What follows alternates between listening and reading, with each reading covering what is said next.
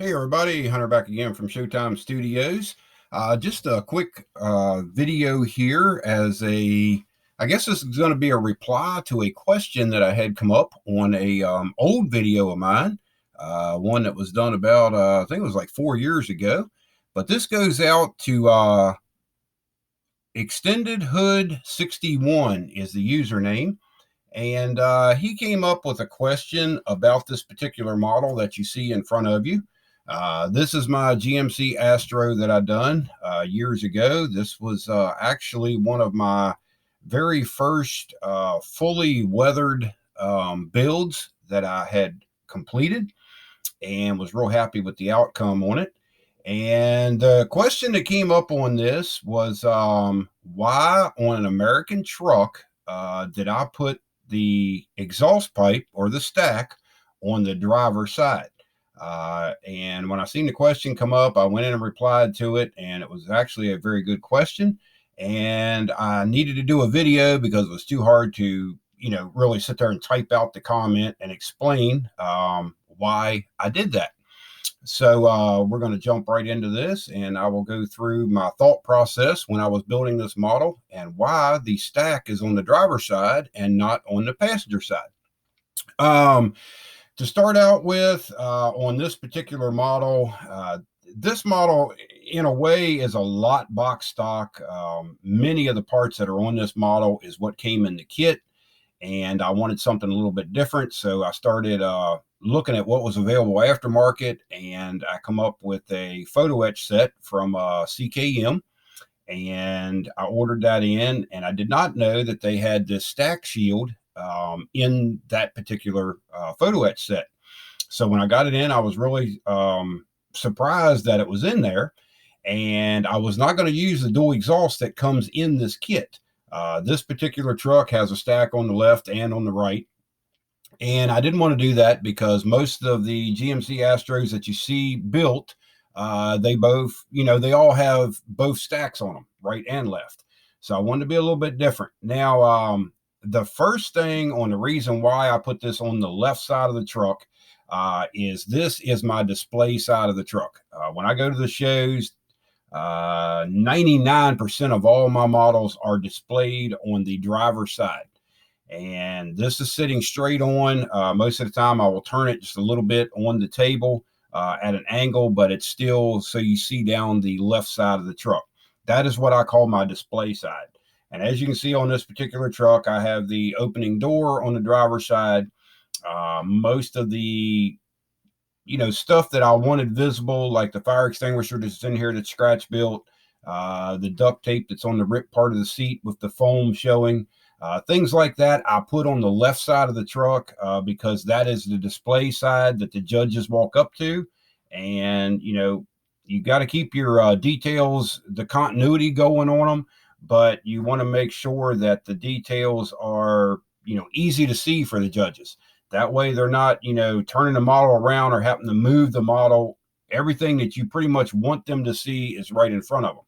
So that's my reasoning for displaying models on the left side and putting a lot of the main details that I want the judges to see or the viewing public to see on the left side of the model. So moving on to the stack, when I was building this, like I say, I wanted something different, and we'll go ahead and move on in now. Hopefully the camera will stay focused in on this thing. We'll get it set here and see if we can get a good shot of it. There we go. Now you can see the detail that's in the stack guard there. A very thin piece of photo etched metal that I had to bend around a dowel. And first off, I guess we should go on why it's over here and not over here. Well, with the model being displayed on the left side at the shows, if I was to put the stack on the right side, normally where it would go on this truck, and then put the stack guard on it, the stack guard would be facing totally away from the viewing audience and the judges, and you would have to walk all the way around the table on the other side to see it, or the judges would have to turn the model around on the base. So I looked at that and I said, well, let me put this air cleaner assembly over here that I'm not really worried about. And of course, the lubrifinder is there also that I put onto the actual mount for the right side exhaust stack. And I just moved the stack over to this side. So that way, and this stack also has the little rain guard on it. See if we can get a view of it there. You can see the photo etched rain guard that's on there. And I moved it over to this side so that you can see everything on the stack as far as the detail. And modified the exhaust a little bit, the crossover pipe, because this is a V8 diesel, and got all that to work and come over to the left side.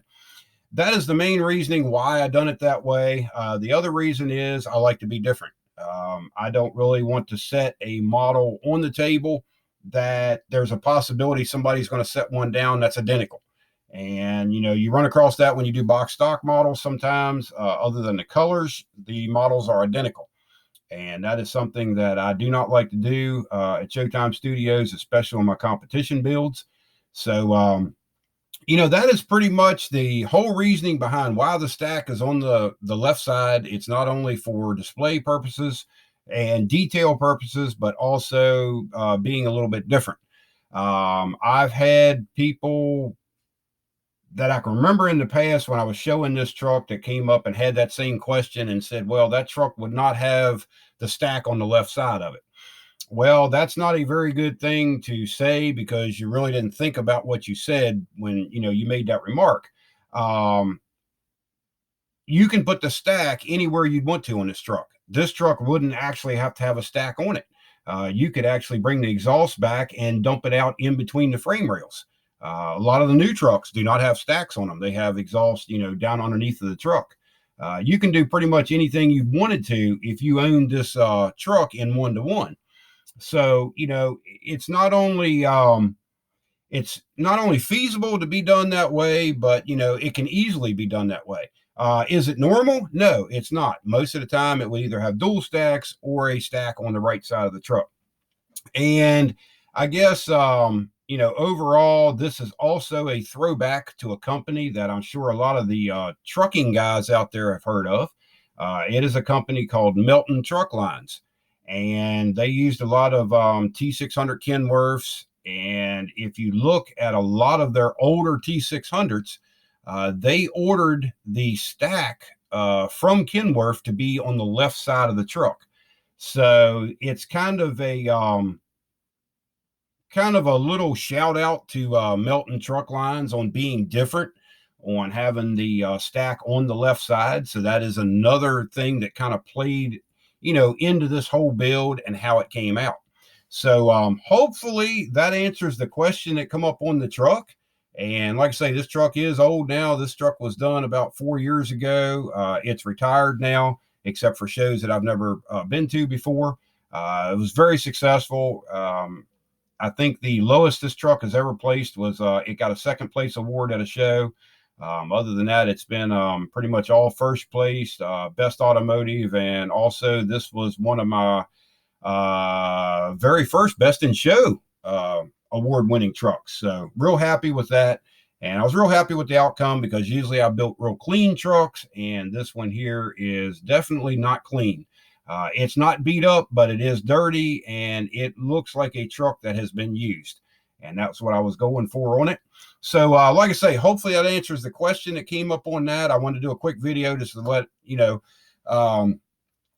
exhood61 know the reasons why. And anybody else out there, that gives you a little bit of pointers for if you're going to go into competition, you know, kind of the little things that I look for when I build a competition model. So that's all we've got for this one. Like always, this is Hunter from Showtime Studios. I thank you for watching, and we'll talk to you later. Bye-bye.